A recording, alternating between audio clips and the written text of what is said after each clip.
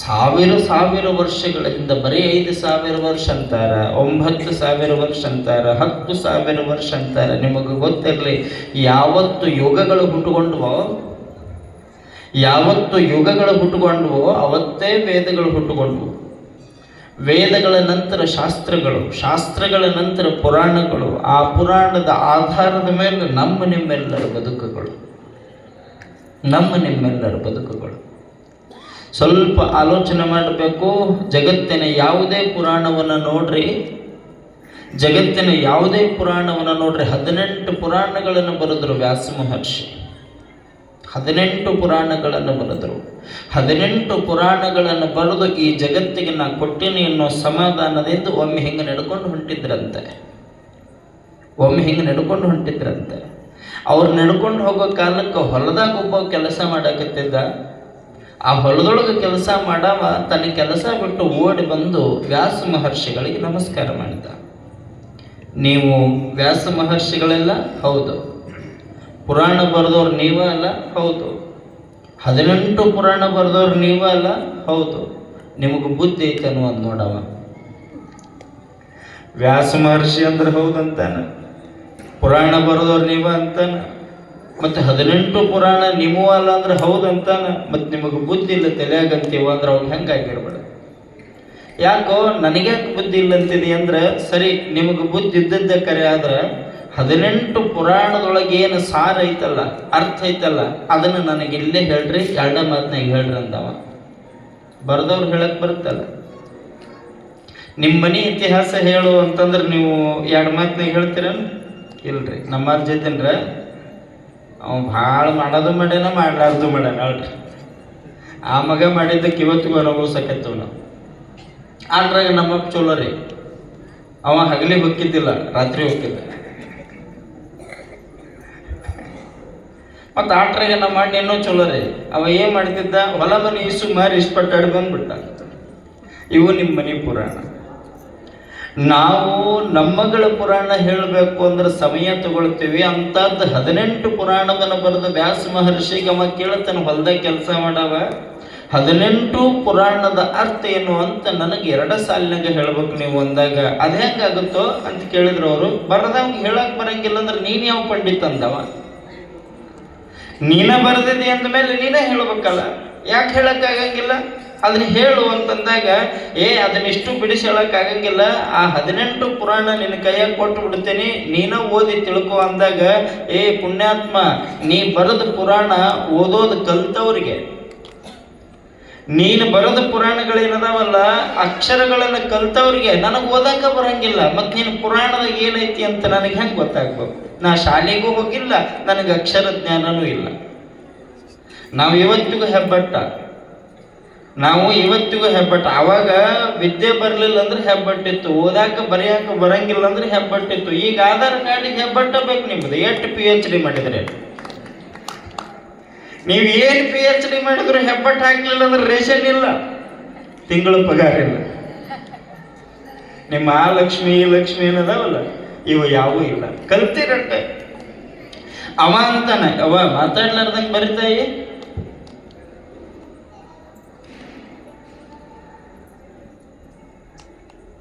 ಮುಂದಿನ ಸರಿ ಇದಕ್ಕೊಂದು ಏನಾರ ಮಾಡನ್ರಿ.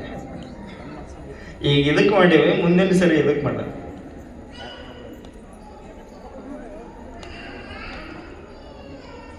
ಚಲೋ ಅಂತ ಹೇಳಿದ್ನಲ್ಲ, ಗ್ರಹಣ ಐತಂತ. 18 ಪುರಾಣ ಏನು ಬರೆದಿಲ್ಲಪ್ಪ, ಓದಿದವ್ರಿಗೆ ಆಯ್ತು, ಓದಾಕ ಬರೋರಿಗೆ ಆಯ್ತು, ಪುಸ್ತಕದೊಳಗೆ ಅಕ್ಷರಗಳನ್ನು ಓದುವಂತಹ ಸಾಕ್ಷರರಿಗಾಯ್ತು. ನನಗೆ ಓದಾಕ ಬರಂಗಿಲ್ಲ, ಅಕ್ಷರ ಜ್ಞಾನ ಇಲ್ಲ. ಮತ್ತೆ ನೀ ಎಂಥ ಪಂಡಿತ? ಹಂಗಾರೆ ನೀ ಬರೆದ ಪುರಾಣ ಬೇರೆ ಓದಾಕ ಬಂದವ್ರಿಗೆ ಅಷ್ಟ ಸೀಮಿತ ಏನು? ಓದಾಕ ಬರಲಾರ್ದವ್ರು ಏನು ಮಾಡಬೇಕು ಅಂತ ಕೇಳಿದಾಗ ವ್ಯಾಸ ಮಹರ್ಷಿ ಆಲೋಚನೆ ಮಾಡಿದ, ಹೌದು ನನ್ನ ಕಡೆಯಿಂದ ಅದೊಂದು ತಪ್ಪಾಯ್ತು.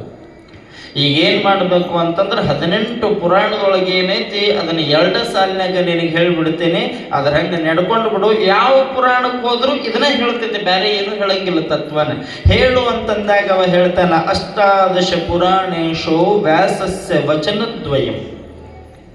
18 ಪುರಾಣೇಶೋ ವ್ಯಾಸಸ್ಯ ವಚನದ್ವಯಂ ಪರೋಪಕಾರಾಯ ಪುಣ್ಯಾಯ ಪಾಪಾಯ ಪರಪೀಡನ. 18 ಪುರಾಣದೊಳಗೆ ಬೇಕಾಗಿದ್ದು ನೀ ತಿಳ್ಕೊಳ್ಬೇಕಾಗಿದ್ದು ಎರಡೇ ಎರಡು ಮಾತು ತಮ್ಮ. ಏನು ಅಂದ್ರೆ, ಒಬ್ಬರಿಗೆ ಉಪಕಾರ ಮಾಡು ನಿನಗೆ ಪುಣ್ಯ ಸಿಗ್ತೈತಿ, ಒಬ್ಬರಿಗೆ ಪಾಪ ಮಾಡು ನಿನಗೆ ಪಾಪ ಬೆನ್ನು ಹತ್ತತ್ತ. ಅಪಕಾರ ಮಾಡಲಾರ್ದಂಗೆ ಉಪಕಾರ ಮಾಡಿ ಜೀವನ ಮಾಡಿಬಿಡು, ನಿನ್ನ ಜೀವನ ಶುದ್ಧ ಆಗತ್ತ ಅಂತ ಎಲ್ಲ ಪುರಾಣಗಳು ಅದನ್ನ ಹೇಳ್ಕೊಂತ ಬಂದ್ವಲ್ಲ. ಯಾವ ಪುರಾಣದೊಳಗೆ ಇನ್ನೊಬ್ಬರನ್ನ ತಲೆ ಹೊಡೆದು ಬದುಕ್ರಿ ಅಂತ ಹೇಳದ? ಯಾವ ಪುರಾಣದೊಳಗೆ ಒಬ್ಬರನ್ನ ತುಳಿದು ಬದುಕ್ರಿ ಅಂತ ಹೇಳದ? ಇನ್ಯಾವ ಪುರಾಣದೊಳಗೆ ಮತ್ತೊಬ್ಬರ ಹೊಟ್ಟೆ ಮೇಲೆ ಹೊಡೆದು ಬದುಕ್ರಿ ಅಂತ ಹೇಳದ? ಇನ್ಯಾವ ಪುರಾಣದೊಳಗೆ ಇನ್ನೊಬ್ಬರ ಆಸ್ತಿ ಕಸಗೊಂಡು ನೀವು ಚಂದ ಜೀವನ ಮಾಡ್ರಿ ಅಂತ ಹೇಳದ? ಒಂದು ನೆನಪಿಟ್ಟುಕೊಳ್ಬೇಕು, ನನಗೆ ಕುಂದ್ರಾಕ ದೊಡ್ಡ ಕುರ್ಚಿ ಸಿಗದಿದ್ರು ಚಿಂತೆ ಇಲ್ಲ, ಆದ್ರೆ ಇನ್ನೊಬ್ಬರ ಜೀವನಕ್ಕೆ ನಾ ಮುಳ್ಳಾಗಲಾರ್ದಂಗೆ ಬದುಕ್ತೀನಿ ಅಂತ ಯಾವ ಅಂತಾನ ಅವ ಪುರಾಣ ಕೇಳಕ್ಕೆ, ಅವ ಪುರಾಣ ಕೇಳಕ್ಕೆ ಓಕೆ. ಸಂಗಮೇಶ್ವರ, ಮುಗ್ಧ ಸಂಗಮೇಶ್ವರ, ಈತ ಸಂಪೂರ್ಣವಾಗಿ ಕಲ್ಯಾಣದೊಳಗೆ ಬಸವಣ್ಣನಂತಹ ಬಸವಣ್ಣನವರಿಗೆ ಮುನ್ನೆಚ್ಚರಿಕೆಯ ಕಾಲಮಾನದ ದಿನವರ್ತಿಕೆಗಳನ್ನು ಹೇಳ್ತಾ ಬಂದ. ಹೇಳಿದ ಮೇಲೆ ಆತ ಮಾಡಿದ ಲೀಲೆಗಳೇನಿದ್ದು ಅಂತ ನಿನ್ನೆ ದಿವಸ ನೀವೆಲ್ಲ ನೋಡಿದ್ದೀವಿ. ಅದರ ಮುಂದುವರೆದ ಭಾಗ, ಆತನ ಲೀಲೆಗಳನ್ನು ತಿಳಿಯುವಂತಹ ಭಾಗ ಒಂದು ಆ ಪುರಾಣವನ್ನು ಓದಿದ ಮೇಲೆ ನೀವೆಲ್ಲ ತಿಳ್ಕೊಳ್ಳೋಣ.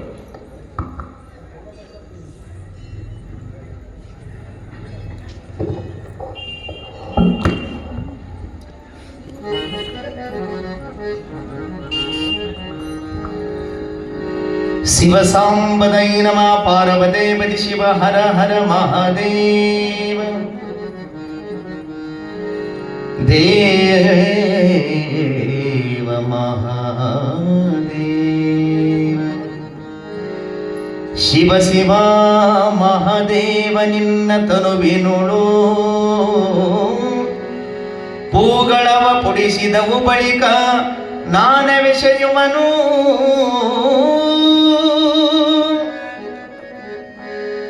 ಎರಡು ಯುವತಿ ಮಂತ್ರವನಸುಯುತ್ತಿರೇ ಬಳಿದು ನೂಕಿದರನ್ನ ಬೆಂಟನಂ ವೈಲದಿ ಎವಿರತಂ ನೆರಮುನಿಗಳೋಳ್ ಬೆದಕುತ್ತಿರಲುವಳು ತವರ ಮನೆಯೊಳಗಿರಲು ಬಂದು ಕಡು ದುಃಖದೆವು ದವನುಡಿದವನೇ ಎಲೆ ತರುಣಿ ಬಾರೆನನು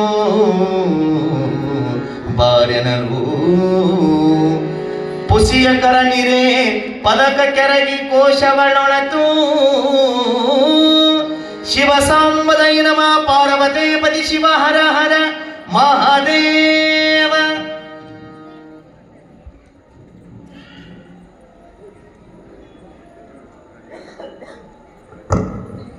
ಎರ್ಕೆಪುರಕ್ಕೆ ಬಂದರು, ಎರ್ಕೆಪುರದೊಳಗೆ ಲೀಲೆಗಳನ್ನು ಮಾಡಿದ್ರು ಅಂತ ನಿನ್ನೆ ದಿವಸ ನಾನು ಹೇಳಿದ್ದೆ. ಎರ್ಕೆಪುರಕ್ಕೆ ಬಂದ ನಂತರದಲ್ಲಿ ಸಂಗಮೇಶ್ವರರು ತಾವು ಪೂಜೆ ಅನುಷ್ಠಾನ, ಲಿಂಗಾನುಷ್ಠಾನ, ತೋಟದೊಳಗಿದ್ರು. ಒಬ್ಬ ಹೆಣ್ಣುಮಗಳು ಕುಷ್ಠರೋಗ ಕಳೆದ್ರು, ಮಹಾರೋಗ ಕಳೆದ್ರು ಅಂತ ಹೇಳಿದ್ದೆ. ನೋಡಿ, ಮನುಷ್ಯನಿಗೆ ಎಲ್ಲಿವರೆಗೂ ಅವ ಗಟ್ಟಿರ್ತಾನ ಅಲ್ಲಿವರೆಗೂ ಅವಂಗ ಕಿಮ್ಮತ್ತ. ಯಾವಾಗ ಒಂದು ಸ್ವಲ್ಪ ಅವಂಗ ಏನಾರ ಹೆಚ್ಚು ಕಡಿಮೆ ಆಗುತ್ತಲ್ಲ, ಆಗ ಮನೆಯವ್ರು ಕೊಡೋ ಮರ್ಯಾದೆ ಬೇರೆನೇ ಇರ್ತದೆ. ಅವ ಕೈಯಾಗ ಚೀಲ ತುಂಬಿಕೊಂಡು ಬಂದ್ರೆ ಅವನ ಕಾಲಿಗೆ ನೀರು, ಖಾಲಿ ಕೈಲಿ ಬಂದ್ರೆ ಅವನಿಗೆ ಕೇಳಲಿರಂಗಿಲ್ಲ. ಅವ ನೌಕರಿ ಮಾಡಿ ಬಂದ ಅಂತಂದ್ರೆ ಅವ ಕುಂತಲ್ಲೇ ಊಟ, ಕುಂತಲ್ಲೇ ಚಾ, ಕುಂತಲ್ಲೇನೆ ಎಲ್ಲ. ಅಪ್ಪಿತಪ್ಪಿ ಅವನ ನೌಕರಿ ಹೋತು ಅಂತಂದ್ರೆ 3 ದಿನ ಮರಗ್ತಾರ, 4ನೇ ದಿವಸಕ್ಕೆ ಬೈಯಾಗ ಚಲೋ ಮಾಡ್ತಾರೆ. ಮನೆಯವ್ರ ಬೇರೆದವರೆಲ್ಲ ಹೇಳಕತ್ತಿದ್ರು. ನಾನು ನಿಮ್ಮನ್ನು ಕೇಳ್ತೇನೆ, ಒಂದು ದಿವಸ ಏಳ, ಒಂದು ದಿವಸ ಬೀಳ, ಒಂದು ದಿವಸ ಗೆಲುವು, ಒಂದು ದಿವಸ ಸೋಲು. ನಿಮ್ಮವ್ರನ್ನ ನೀವ ಅಲ್ಲಗಳದು ಮಾತಾಡಕತ್ತಿದ್ರಿ ಅಂದ್ರೆ ಮತ್ತೆ ಯಾರ ಹತ್ರ ಹೋಗಿ ಅವರು ತಮ್ಮ ಕಷ್ಟ ತೋಡ್ಕೊಳ್ಳೋದು? ಯಾವಾಗಲೂ ಮನುಷ್ಯ ಗಟ್ಟಿಯಾಗೇ ಇರೋದಿಲ್ಲಲ್ಲ. ಅವಂಗೂ ಮುಪ್ಪಂತ ಬರ್ತದೆ, ಅವಂಗೂ ರೋಗ ರುಜಿನಗಳಂತ ಬರ್ತಾವ, ಅವಂಗೂ ಆಯಸ್ಸು ಕಡಿಮೆ ಹೆಚ್ಚ ಇರ್ತದ, ಅವಂಗೂ ಜಡ್ಡು ಜಾಪತ್ರೆ ಬರ್ತಾವ. ದುಡ್ಕೊಂಡು ಬರೋವರೆಗೂ ನಮ್ಮ ಅಣ್ಣ, ನಮ್ಮ ತಮ್ಮ, ನನ್ನ ಮಗ, ನಮ್ಮ ಯಜಮಾನ, ನಮ್ಮ ಮನೆಗೆ ಅವನ ಆಧಾರ. ಯಾವಾಗ ಅವನ ಕೆಲಸ ಹೋಗಿ ಮನೆಗೆ ಕುಂತು ಇದರ ಹಣೆ ಬರ ಇಂಥದ್ದಾತು, ಮನೆ ಹಿಡ್ಕೊಂಡು ಕುಂತು ಬಿಟ್ಟೈತಿ, ಹೊರಗೆ ಹೋಗೋಲ್ದು, ಮತ್ತು ಸ್ವಾಮಿಗಳ ಹತ್ರ ಬರೋದು, ಏನಾರ ಮಾಡೋದು ಹೊರಗೆ ಹೋಗಂಗೆ ಮಾಡ್ರಿ ಅಂತ. ಅದು ಹೊರಗೆ ಹೋಗಂಗೆ ಮಾಡ್ರಿ ಅಂತ ನಾನು ನಿಮ್ಮನ್ನು ಕೇಳ್ತೇನೆ. ಯಾವ ವ್ಯಕ್ತಿಗೂ ಕೂಡ ಮನೆ ಹಿಡ್ಕೊಂಡು ಕುಂದಿರಬೇಕು ಅನ್ನುವಂತಹ ಆಸೆ ಇರೋದಿಲ್ಲ. ಇವತ್ತು ನೀವು ಸ್ಪಷ್ಟವಾಗಿ ತಿಳ್ಕೊಳ್ಬೇಕಾದ ವಿಚಾರ ಇದು.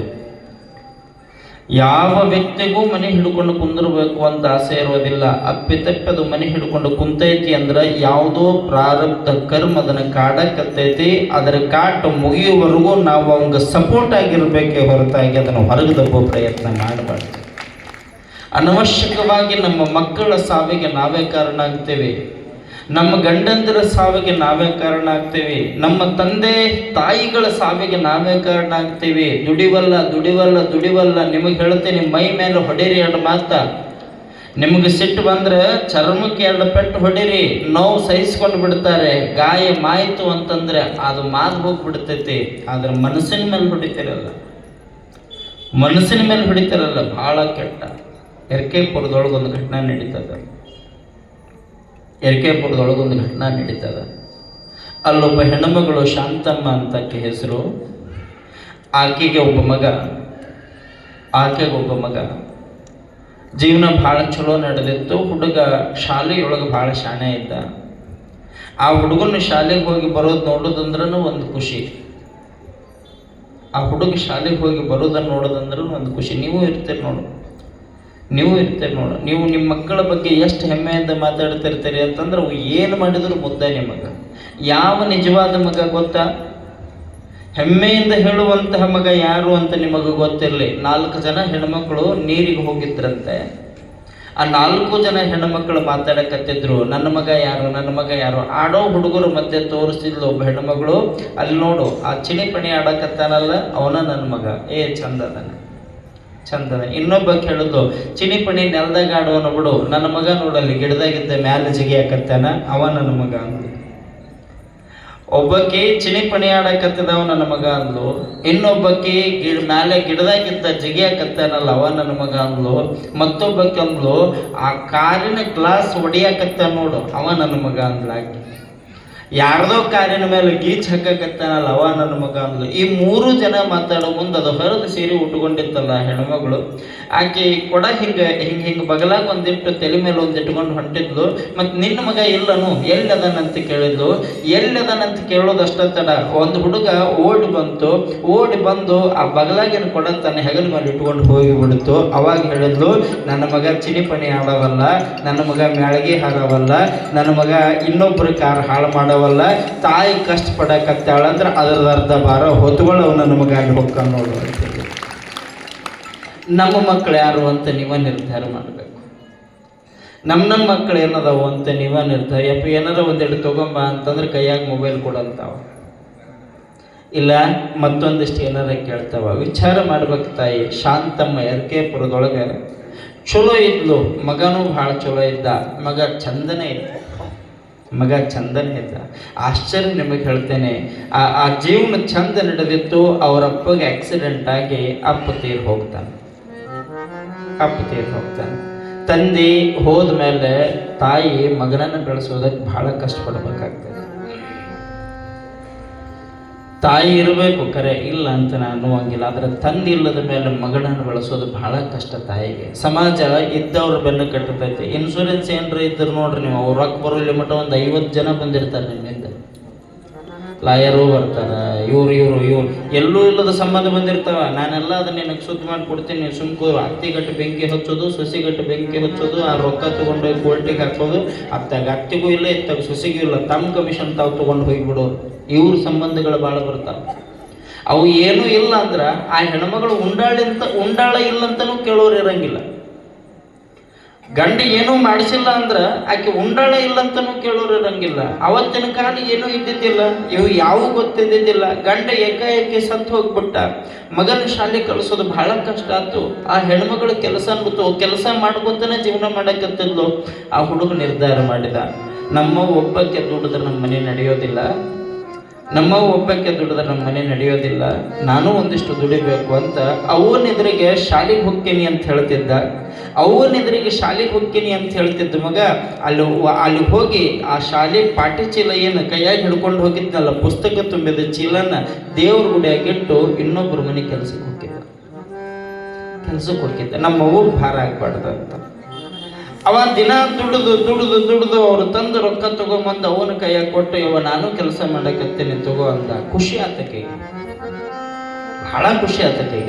ಆಶ್ಚರ್ಯ ನಿಮಗೆ ಹೇಳ್ತೇನೆ, ತಾಯಿ ಆದವಳು ಮಗ ದುಡಿಯಾಕತ್ತಿದಾಗ ನನ್ನ ಭಾರ ಕಡಿಮೆ ಆತ್ಬಿಡು ಅಂತ ಖುಷಿ ಆದ್ದು. ದಿನದಿಂದ ದಿನಕ್ಕೆ ದುಡ್ಡು ತರಕತ್ತಿದ, ವಾರಕ್ಕೆ ಪಗಾರ ತರಕತ್ತಿದ, ತಿಂಗಳಕ್ಕೆ ರೊಕ್ಕ ತಂದು ಕೈಯಾಗ ಕೊಡಕತ್ತಿದ. ಮೊದಲನೇ ಪಗಾರದಾಗ ಹೋಗಿ ಒಂದು ಸೀರೆ ತಂದ, ಭಾಳ ಖುಷಿ ಆಗ್ಬಿಡ್ತು. ಸೀರೆ ತಂದು ಭಾಳ ಖುಷಿ ಆಗ್ಬಿಡ್ತು. ನನ್ನ ಮಗ ದುಡಿತಾನ್ಬಿಡು ಅಂತ ಚಿಂತೆ ಬಿಟ್ಟಿದ್ಲು. ಒಂದು ಸ್ವಲ್ಪ ದಿವಸ ಹಿಂಗೆ ನಡೀತು. ಮಗ ದುಡಿತಾನಂತ ಆ ರೊಕ್ಕದ ಹಲ್ಲ ಹತ್ತಿ ನೋಡ್ರಿ, ಮನುಷ್ಯಾಗ ಯಾವುದರ ಬೂತ್ ಹಿಡಿದ್ರೆ ಬಿಡಿಸಿ ಬಿಡ್ಬೋದಂತ ರೊಕ್ಕದ ಹಲ್ಲ ಹತ್ತಬಾರ್ದು. ಹಾವು ತಿಂದವರ ನುಡಿಸಬಹುದು, ಗರಬಡಿದವರ ನುಡಿಸಬಹುದು, ಸಿರಿಗರಬಡಿದವರ ನುಡಿಸಲಾಗುವುದು ನೋಡ ಶರಣ್ ಹೇಳ್ತಾರೆ.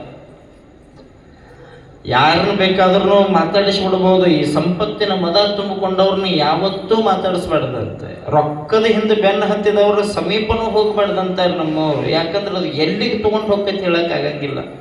ಆ ಹೆಣ್ಮಗಳಿಗೆ ಮಗ ದುಡಿಯಾಕತ್ತಾನ ತರಕತ್ತಾನ ಅನ್ನೋದಷ್ಟ ಅಲ್ಲ, ರೊಕ್ಕ ಬರಲಿ, ಒಟ್ಟು ದಿನ ರೊಕ್ಕ ಬರಲಿ ರೊಕ್ಕ ರೊಕ್ಕ ರೊಕ್ಕ ರೊಕ್ಕ ಚಾಲೂ ಮಾಡಿದ್ಲು. ಅವ ದುಡ್ಕೊಂಡು ಬರಾಕತ್ತಿದ. ಏನೋ ಧರ್ಮ ಕರ್ಮ ನಿಮಗೆ ಗೊತ್ತಿರಲಿ. ಆ ಹುಡುಗ ಒಂದು ಸಾರಿ ಭಾಳ ಕಷ್ಟ ಅನ್ನಿಸ್ತು. ಮನೆ ಹಿಡ್ಕೊಂಡು ಕುತ್ಕೊಂಡ್ಬಿಟ್ಟ.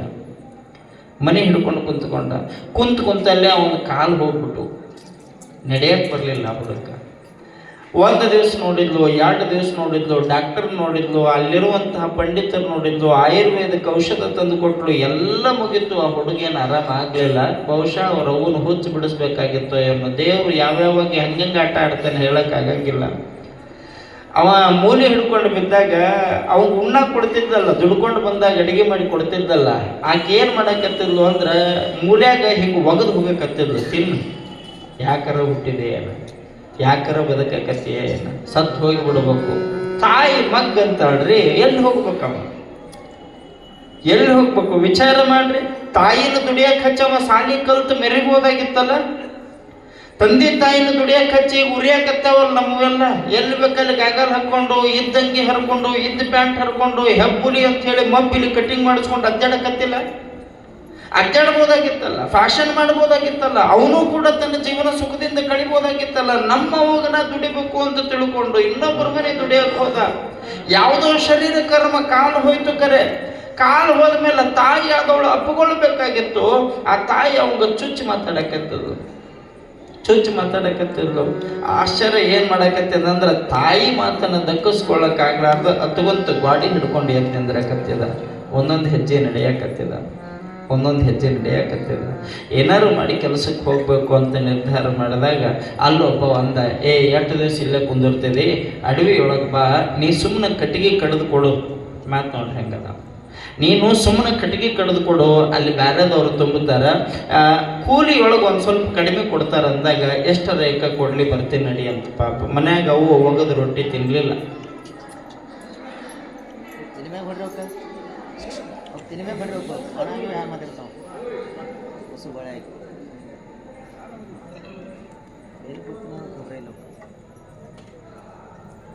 ಒಟ್ಟ ದಿನ ಒಬ್ಬರು ಬೇಕಲ್ರಿ ಅಲ್ಲಿ. ಅವೆಲ್ಲ ಮಾಸ್ಟರ್ ಅವು. ಆ ಕಟಂಜನಿ ಕುಂದ್ರೋದು, ಇಲ್ಲಿ ಇಷ್ಟ ಜಾಗ ಐತೆ ಅವ್ರಿಗೆ ಎಲ್ಲೂ ಸರಿ ಬರೋದು ನೋಡ್ರಿ ಕುಂದ್ರಾಕ.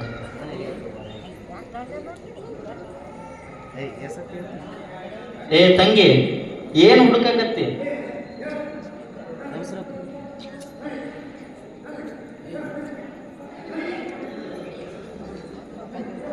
ಜಯ ಮಂಗಲಂ ಜಯ ನಮ. ನಿಮ್ಮದು ನೀನು ಬರುವುದು ದೊಡ್ಡ ಹೊರಗೆ.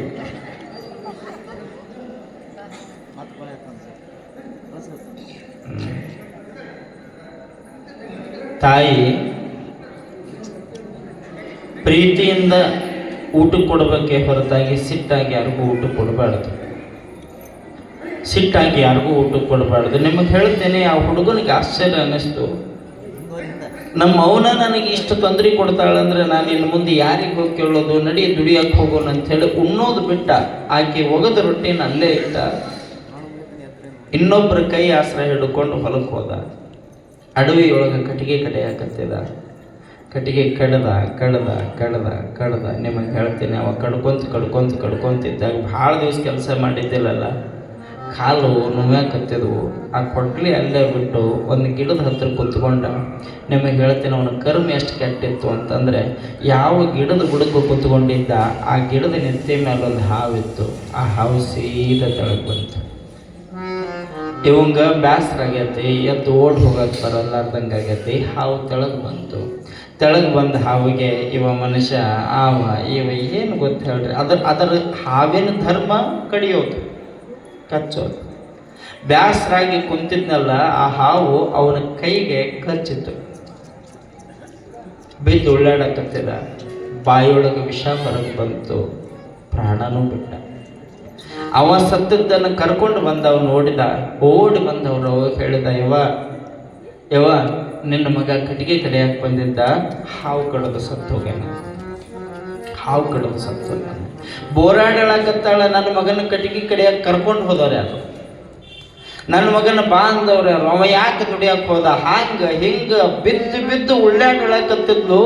ಬಾಜು ಮನೆ ಹೆಣ್ಮಗಳು ಬೇಕು ಬಂದು ಎಬಿಸಿ ಕುಂದ್ರಿಸಿ ಕಪಾಳ ಹೊಡೆದ್ಲು. ಹುಚ್ಚಿ, ಸತ್ತ ಮೇಲೆ ಅಳಬೇಡ, ಎದ್ದು ಬರಂಗಿಲ್ಲ. ಸತ್ತ ಮೇಲೆ ಹತ್ರ ಎದ್ದು ಬರಂಗಿಲ್ಲ. ಏನು ಬೊಗಳಿದೀನಿ?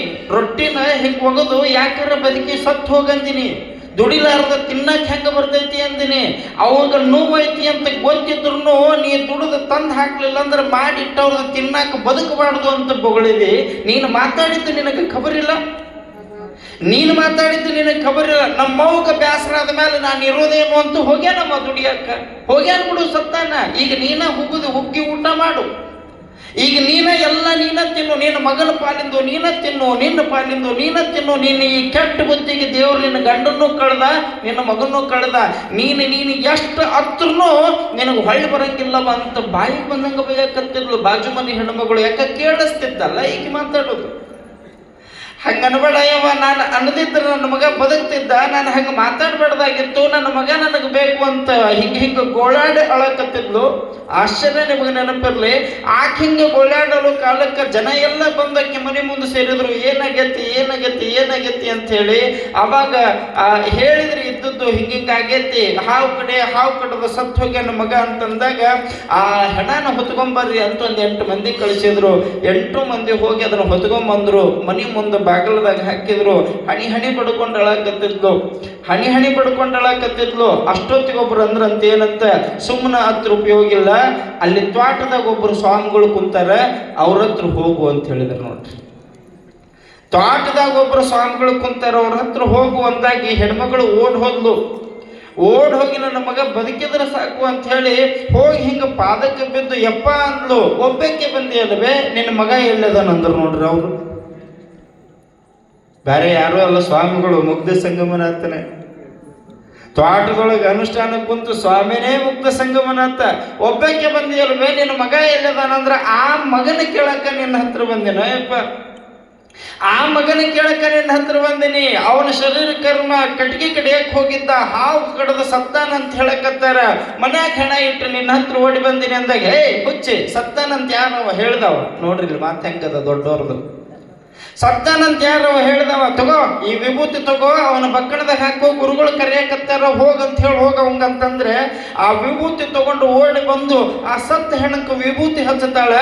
ಅವನ ಬಕ್ಕಣದಾಗ ವಿಭೂತಿ ಹಚ್ಚಿ, 70 ಆಟದಾಗಿನ ಸ್ವಾಮಿಗಳನ್ನ ಕರೆಯಕತ್ತಾರ, ನೀ ಹೋಗ್ಬೇಕಂತ ಅನ್ನೋದಷ್ಟ ತರ ಸತ್ತಾವ ಎದ್ದು ಗುರುವಿನ ಪಾದಕ್ಕೆ ಹೋಗಿ ಬಿದ್ದಂತೆ. ಅದಕ್ಕೆ ಹೇಳ್ತಾರೆ, ಗುರುವಿನಿಂದಲೇ ಇಹವು, ಗುರುವಿನಿಂದಲೇ ಪರವು, ಗುರುವಿನಿಂದಲೇ ಸಕಲ ಸಂಪದವು ಲೋಕಕ್ಕೆ, ಗುರುವೇ ತಾಮಾಣಿಕವು ಸರ್ವಜ್ಞ. ಗುರು ಅನ್ನುವಂಥ ಕರ್ಮನೂ ಕಳಿತಾನ, ಮಾಡಿರುವಂತಹ ಎಲ್ಲ ಕರ್ಮನೂ ಕಳಿತಾನ, ಧರ್ಮನೂ ಬೆತ್ತತಾನ. ಗುರು ಅನ್ನುವಂತಾತ ಮಾಡಿದ ತಪ್ಪಿಗೆ ಕ್ಷಮೆನೂ ನೀಡ್ತಾನ, ಸಿಟ್ಟಾದ್ರೆ ಶಾಪವನ್ನು ಕೊಡ್ತಾನ.